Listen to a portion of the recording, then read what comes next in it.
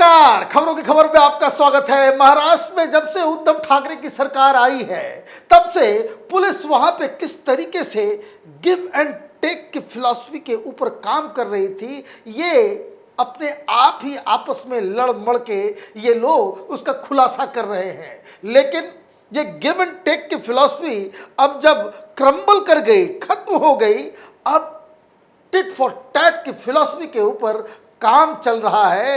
जिस हथियार के जरिए, जिस कानून के उलट पुलट इस्तेमाल के जरिए उद्धव ठाकरे सरकार अपने दुश्मनों के ऊपर निशाना बनाती थी, तो अब वही फिलॉसफी, वही टैक्टिस अब परमवीर सिंह को महंगा पड़ रहा है। क्योंकि आज परमवीर सिंह के ऊपर एफआईआर दर्ज कर दिया गया है। एफआईआर सिर्फ करप्शन का ही मसला नहीं है, इसमें तो इस बार एक कदम आगे SC/ST एक्ट भी लगा दिया गया है। कल हमने बताया था कि किस तरीके से अकोला में काम कर रहे एक सर्विंग इंस्पेक्टर ने परमवीर सिंह के खिलाफ एक पत्र लिखी। पत्र जो है वो चीफ मिनिस्टर को भी, डीजी को भी, गृह मंत्री को भी, और उसके बाद ये पत्र आते ही अचानक से, वैसे तो फैसला लेने में काफ़ी देर लगाती है, लेकिन एक दिन के बाद ही इसके ऊपर कार्रवाई हो गई और एफआईआर दर्ज कर लिया गया। एफआईआर दर्ज किया गया है न सिर्फ परमवीर सिंह के ऊपर, बल्कि 26 पुलिस अधिकारियों के खिलाफ जो है ये एफआईआर दर्ज की गई है। उसमें एक डीसीपी रैंक का पराग मनेरे नाम का शख्स है, वो भी इस एफआईआर के चक्कर में, इस कंप्लेंट के दायरे में आ गए हैं। ये 0 एफआईआर किया गया। अकोला में 0 एफआईआर ये होता है कि आप कहीं पे भी जाकर के एफआईआर कर दें, इससे इमटेरियल है कि वो घटना स्थल कहाँ है।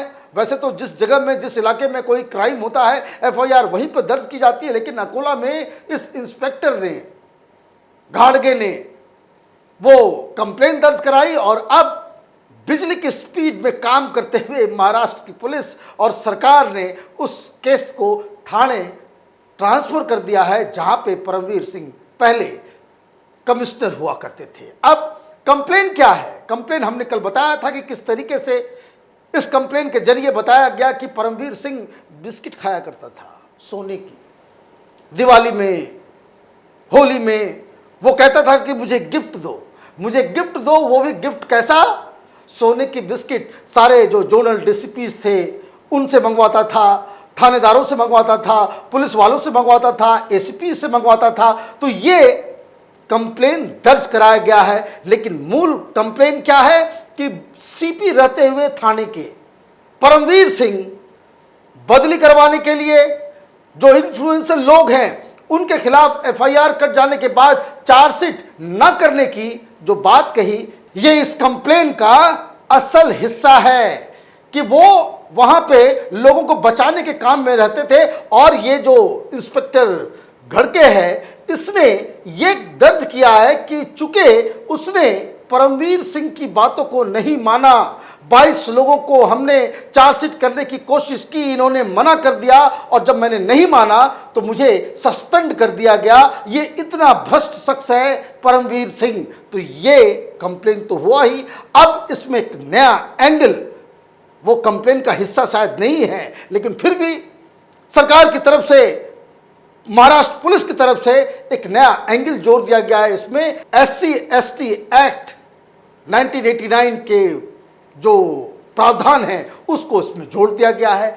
अब परमवीर सिंह के खिलाफ 3 कंप्लेन, 3 इंक्वायरी हो रही है। एक मुकेश अंबानी के केस में कि क्या आपने अपनी जिम्मेदारी ढंग से निभाई या नहीं निभाई, उसकी जांच डीजी साहब कर रहे हैं। दूसरा, एक और इंस्पेक्टर ने आरोप लगाया था कि भाई हमसे ये जो घूस लिया करते थे, ये खुद उगाही का एक रैकेट चलाया करते थे। और तीसरा, ये नया केस डाल दिया गया है। अब जरा इमेजिन कीजिए कि किस तरीके से ऊंट पहाड़ के नीचे आया है। यही काम Paramvir Singh commissioner of police रहते हुए सरकार के लिए किया करते थे। अब ये ट्रीटमेंट, टिट फॉर टैट, ये जो मॉडस ऑपरेंडी महाराष्ट्र सरकार की है, उसके वो शिकार बन रहे हैं। हालांकि मैं आपको बता दूं, जिस शख्स ने ये कंप्लेन दर्ज किया है उसको सस्पेंड भी किया गया था, और उसका रेपुटेशन उतना अच्छा नहीं है। और तो और ये भी वहाँ के कुछ पुलिस अधिकारियों से जब मेरी बातचीत हुई तो इन्होंने कहा कि भाई ये जो पुलिस इंस्पेक्टर है ये दरअसल बहुत क्लोज है शरद पवार की एनसीपी की पार्टी से। मतलब ये पूरा का पूरा पॉलिटिकल माने कंप्लेन है, एक जानबूझ करके इस तरीके से बनाया जा रहा है। भाई आप लोगों के नाक के नीचे वाजे को जब रखा गया, इसकी पूरी टीम को आपने सारे इंपॉर्टेंट केसेस जब आप ट्रांसफर कर रहे थे तब समझ में नहीं आया था। और जब ये लोग आपके पोल खोल रहे हैं, किस तरह से वहां का पॉलिटिकल डिस्पेंसेशन वसूली के धंधे में लिप्त था, तो आप इनके खिलाफ एफआईआर कर रहे हैं। आप जरा सोचिए कि किस तरीके से ये ऊंट पहाड़ के नीचे आया है। यही काम, यही पाप, यही कुकर्म परमवीर सिंह सरकार के कहने के ऊपर वो आम लोगों के ऊपर कर रहे थे, चाहे वो अर्नब गोस्वामी हो, चाहे वो हंसा रिसर्च वाले हो, चाहे वो बार्क वाले हो, चाहे कोई और भी मसला हो। हर जगह आपने वही काम किया। पॉलिटिकल दबाव में आकर के आप सच को झूठ, झूठ को सच बनाने की कोशिश की। अब यही दांव पेच के शिकार हो रहे हैं परमवीर सिंह। और दूसरी खबर आज रश्मि शुक्ला को लेकर के आई है। कल हमने बताया था आपको कि किस तरीके से रश्मि शुक्ला ने पूरे के पूरी जो योजना जो अघाड़ी सरकार की तरफ से बनाई गई थी कि सबक सिखाएंगे, ये टिट फॉर टैट की जो फिलॉसफी पे ये सरकार काम करती है, तो वो पूरा का पूरा फेल हो गया था। क्योंकि हैदराबाद से उन्हें तलब किया गया था कि आप मुंबई आए और आपसे कुछ सवाल जवाब करने हैं। ये जो वसूली गैंग, ये ट्रांसफर पोस्टिंग का केस जो सीबीआई डील कर रही है, वो सारे दस्तावेज कैसे लीक हुए, किसने पब्लिक डोमेन में डाला, कैसे ये बातें बाहर आ गई, ये सरकार के वो टॉप सीक्रेट्स को बाहर करने के इल्जाम में आपसे पूछताछ की जाएगी। तो इस पे रश्मि शुक्ला ने आने से मना कर दिया। अब उन्होंने कल आने से मना किया और हमने बताया था कि ये कार्रवाई यहीं पे रुकेगी नहीं। और आज खबर ये आई है कि मुंबई पुलिस ने इन्हें समन भेजा है कि आपको अब यहां पे आना होगा और यहां पे आपसे पूछताछ होगी। मंशा क्या है?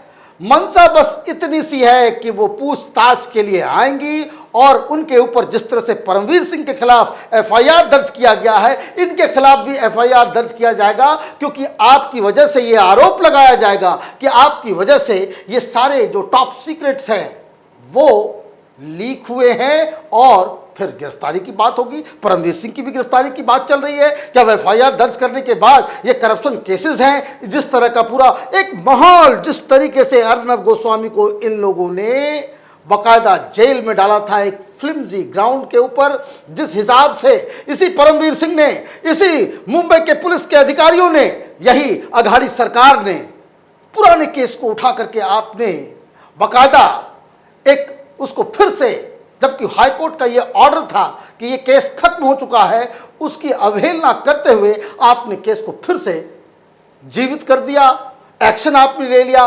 तो अब परमवीर सिंह के खिलाफ वही पुराने कंप्लेंट्स, वो पुरानी बातें अब उनको हॉन्ट करेगी। ये सारे कंप्लेंट्स जो हो रहे हैं, जो मुकेश अंबानी की कहानी छोड़ दें, अगर ये दोनों ही जो पुलिस वाले ने जो एफआईआर दर्ज करवाई है, जो कंप्लेन किया है, ये मसला बहुत दिनों से लटका हुआ था। दोनों को परमवीर सिंह ने सस्पेंड किया था। ये लोग अपनी आवाज़ उठाने के लिए इन लोगों ने कंप्लेन डाला था, उस वक्त कोई कार्रवाई हुई नहीं। लेकिन अब चूंकि परमवीर सिंह की गर्दन फंसी हुई है और सरकार ये चाहती है कि चूंकि सरकार के पूरे नेटवर्क को, ये जो पूरा वसूली गैंग है, इसका इन लोगों ने खुलासा कर दिया है दुनिया के सामने, तो कैसे इनको सबक सिखाया जाए। अब रश्मि शुक्ला के ऊपर भी इस तरह की बातें हो रही है। उनके ऊपर जो इल्जाम है वो इल्जाम बिल्कुल ही, उसको कह सकते हैं कि फ्लिमजी है।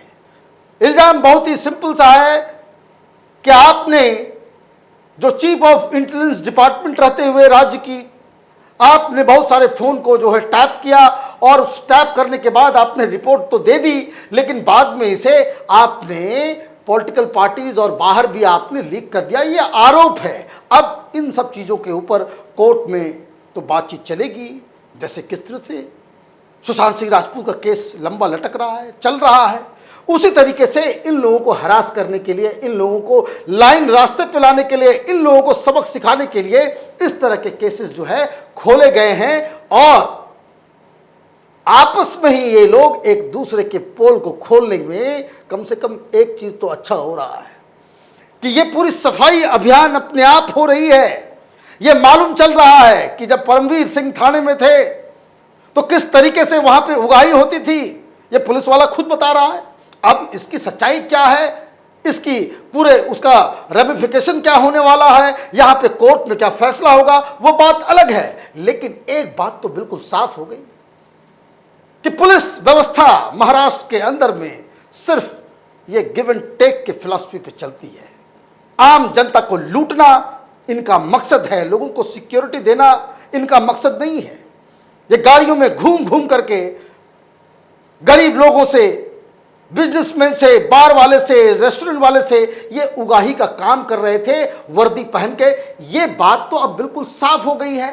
लेकिन आश्चर्य इस बात की है कि जो सरकार है, जो बड़े बड़े लीडर हैं, शरद पवार हैं, राहुल गांधी हैं, उद्धव ठाकरे हैं, ये लोग इस सिस्टम के अंदर के घून के ऊपर एक शब्द नहीं बोलना चाहते।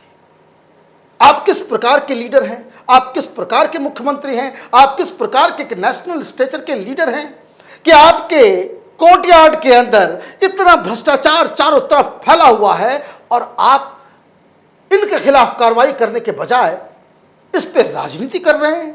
ये बहुत ही शर्मनाक घटना है। और वैसे राज्य में, जिस राज्य के ऊपर देश की इकॉनमी टिकी हुई है, मुंबई को इकोनॉमिक कैपिटल कहा जाता है इस देश का, और इकोनॉमिक कैपिटल के अंदर ही इतने सारे छेद बैठे हुए हैं, इतने सारे जो कुकर्म करने वाले लोग बड़े बड़े पोजीशन पे बैठे हुए हैं, इससे देश को भी नुकसान है, महाराष्ट्र के लोगों का तो नुकसान है ही। लेकिन सबसे बड़ी बात यह है कि जो लोग चुप हैं, जो लोग इस भ्रष्टाचार के खिलाफ बिल्कुल जिन लोगों ने आंखें बंद कर ली है, वो भी इस पूरे जो कह सकते हैं सड़े गले सिस्टम के वो भी हिस्सेदार हैं। हमारी नज़र बनी हुई है इन तमाम खबरों के ऊपर। आप देखते रहिए कैपिटल टीवी। हमारे वीडियोस को लाइक कीजिए, शेयर कीजिए और हमारे चैनल को सब्सक्राइब कीजिए। धन्यवाद। अगर आपको हमारा वीडियो पसंद आया हो तो इसे लाइक करें, हमारे चैनल को सब्सक्राइब करें और हाँ, बेल आइकन दबाना ना भूलें ताकि आप तक हमारे वीडियो की नोटिफिकेशन पहुंचती रहे। आप अपना सुझाव हमें कमेंट बॉक्स में दे सकते हैं। हमारे साथ जुड़ने के लिए शुक्रिया।